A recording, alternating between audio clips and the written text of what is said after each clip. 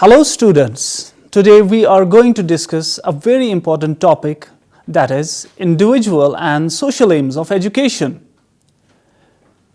Dear students, today the objectives of our lesson are: explain the importance of an educational aim, define individual and social aims of education, discuss the individual and social aims of education, discuss factors determining aims of education. What is an educational aim? An aim is a predetermined goal which inspires willful activities of an individual after careful thinking and proper planning till it is achieved. According to John Dewey, an aim is a foreseen end that gives direction to an activity or motivates behavior. John Dewey has outlined the following characteristics of an educational aim. Number 1. Good aims are related to life. Number 2. Good aims are flexible. Number 3. Good aims always represent a span of diverse activities. Therefore, an aim means a foresight in advance of the end, of the consequences, and of the fruits of action. It is a foreseen end. It gives a direction to the activity and influences each step towards the end. Importance of an educational aim. John Dewey has rightly said, an aim signifies that an activity has become intelligent. Education, being a purposeful process, has to be goal-oriented. To have an aim is to act with meaning, not like an automatic machine. According to Encyclopedia of Modern Education, education is a purposeful and ethical activity. Hence, it is unthinkable without aims. Aims are necessary on account of the following reasons. Number 1, to direct our educational efforts, to avoid wastage, to evaluate ourselves, to provide efficient school administration, to evaluate the existing conditions. Factors determining educational aims. There are many factors that contribute in determining aims of education. These factors touch every phase of human life. These factors are: number 1, philosophy of life.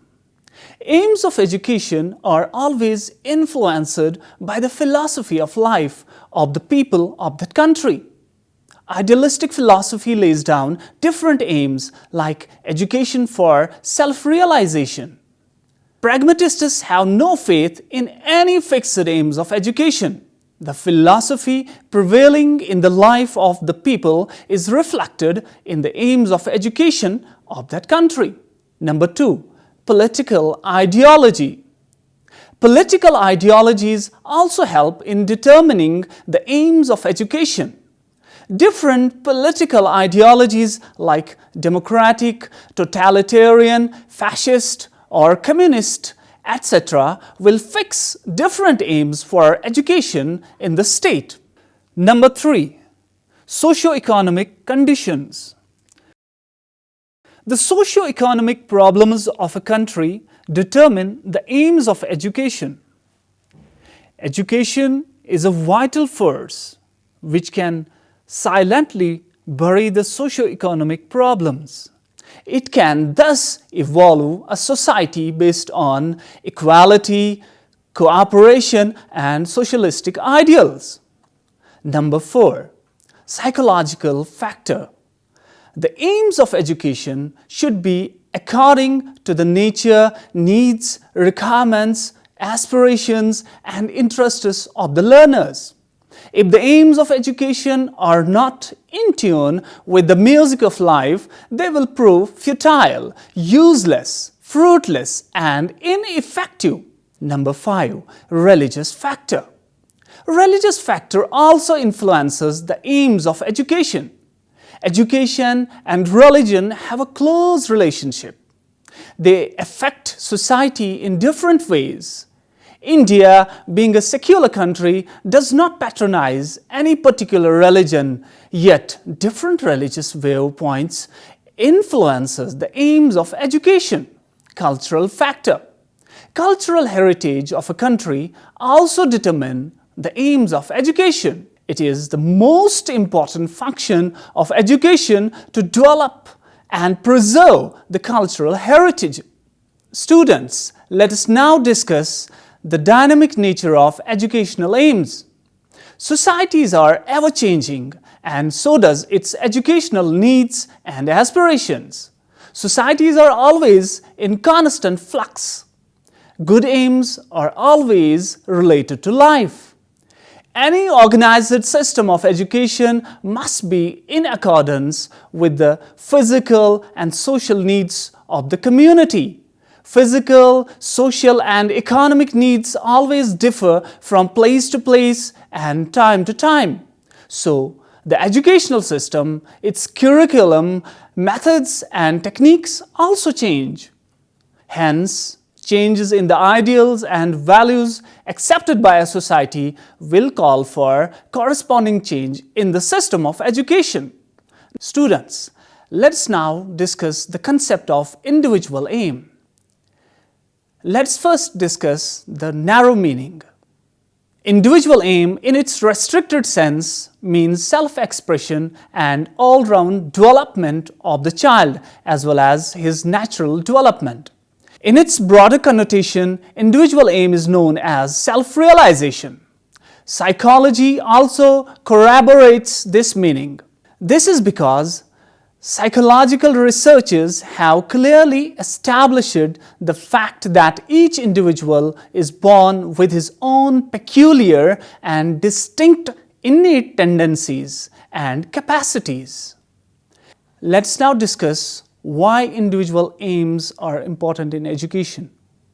According to the supporters of this aim, an individual must always remain in the forefront of the picture. The central notion of this philosophy is individuality is the ideal of life. They also emphasize individualism. According to James Ross, social institutions exist only to make the individual life better, fuller, richer, happier, more secure, and therefore more fruitful that would not otherwise be possible. Students, let's now focus on individual aims in education. Number 1, self-realization. Self-realization is the highest and the noblest aims of true education. Mortimer Adler defines self-realization as freedom from external coercion, including cultural expectations, political and economic freedom, and the freedom from worldly attachments and desires. Number 2, the knowledge aim. Knowledge is power. Achievements of all kinds are made possible only through knowledge. Knowledge is basic for living a rich and happy life. Philosophers like Plato, Aristotle, the sophists, and many others emphasized this aim very much. Number 3, harmonious development aim. It means all-round and total development of child's personality, equal and balanced development of all the aspects is considered an aim of education. Number 4, vocational aim.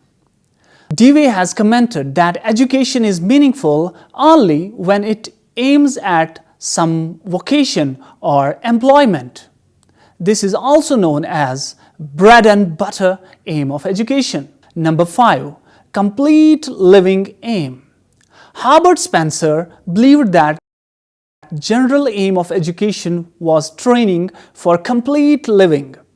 He pointed out that education must be so designed as to develop every aspect of human life and to enable the individual to adjust to every possible circumstance. Number 6. The moral or character building aim. Better goals in life can be achieved only when education aims at moral development. This aim lays stress on the ethical development of the people. Character formation and the learning of social and moral values are the focus of this aim. Number 7. Development of aesthetic sense. This aim emphasizes that education should develop in the pupil an aesthetic sense, which means a taste for good and beautiful things. They feel that excellence of taste and fairness of feeling can form the basis of good character and genuine morality. Number 8. Individual happiness aim. Happiness is essentially the purpose of all that an individual does in his life. Happiness is the basic goal of life.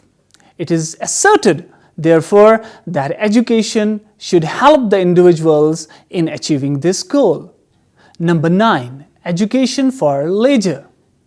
This aim asserts that children in the schools should be taught to utilize their leisure time, such as their holidays, summer vacations, and weekdays, constructively for enjoyment and developing their potentialities.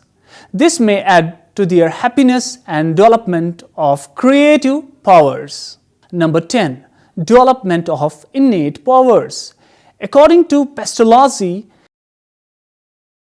education is a natural, harmonious, and progressive development of man's innate powers. According to Imam Ghazali, knowledge exists potentially in the human soul like the seed in the soil. By learning, the potential becomes actual. Students, let's now discuss the concept of social aim in education. In its narrow meaning, social aim of education is equated with state socialism. Liberty of the individual is totally curtailed and all aspects of individual life are socialized. In other words, total power is concentrated in the state. In its wider sense, the social aim is equated with democratic socialism.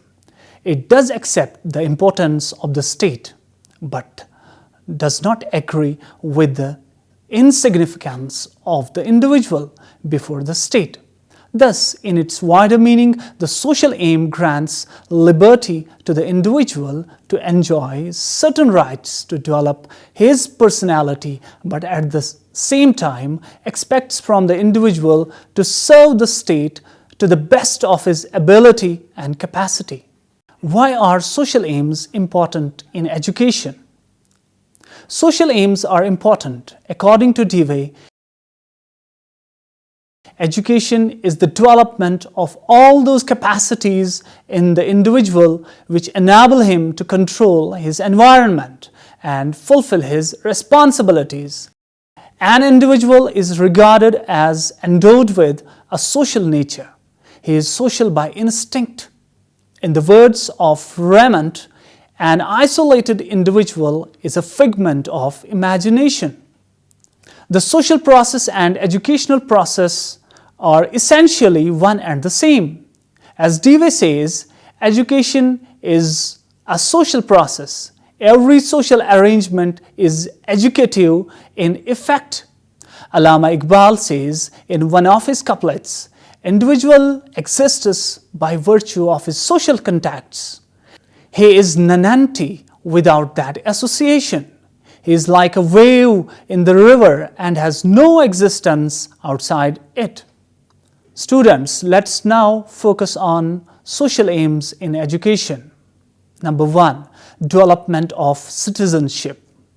According to socialists, in a democratic country, creation of true, honest, and dynamic citizens is most essential. Hence, they have laid great emphasis on citizenship as an aim of education. Democratic living has certain ideals and values. The development of these democratic values can only be achieved by education for citizenship. Number 2. Adaptation to social change. Social change is a change in social relationships. Education is considered an important agent of social change. It is through education that society can become receptive to the important changes in the society. Hence, it is the aim of education to develop adaptability for important and positive social changes. Socialization aim. One of the foremost objectives of education is to complete the socialization process. Nowadays, family leaves much undone in the process of socialization. There is now mounting pressure on education to perform the task of socialization, which once was the function of the family. Transmission of cultural heritage. Education should aim at the transmission of cultural heritage. By cultural heritage, we mean the knowledge of the past, its art, literature, philosophy, religion, music, etc. Through history textbooks and other sources and means, the child is acquainted with his cultural heritage. Development of social skills. Good social skills are critical to successful functioning in life. These skills enable us to know what to say, how to make good choices, and how to behave in diverse situations. Therefore, development of social skills is an important aim of education. Development of universal brotherhood. In India, Tagore is the champion of universal brotherhood. Tagore held that the entire universe is one family. Education can teach people to realize oneness of the globe. Education, therefore, should strive for universal brotherhood in today's world of turmoil and bloodshed.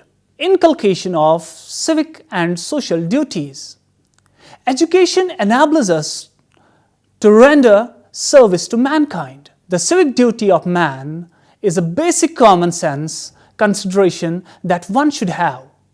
It is the aim of education to develop goodness of the behavior and develop among people civic and social duties, to develop social and national unity. For national reconstruction, national unity is an essential need. This can be done through education only. Hence, the aim of education should be to develop social and national unity. Development of the quality for leadership. This is an important aim for the successful functioning of the democracy. Education must train our students for discharging their duties efficiently. Leadership calls for a higher standard of education. Students, let's now discuss the synthesis of individual and social aims. Can we strike a balance between the two? The answer is yes, we can. Events in the history prove that such a synthesis is possible.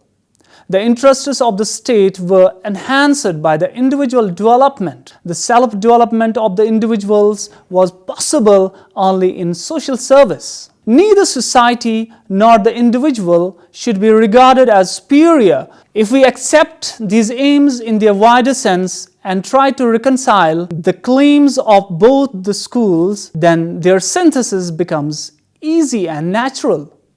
The individual and the society are mutually complementary to each other. Dear students, with this we conclude this very important topic of today. Hope you enjoyed the lesson. For now, it's time to say goodbye. Stay blessed.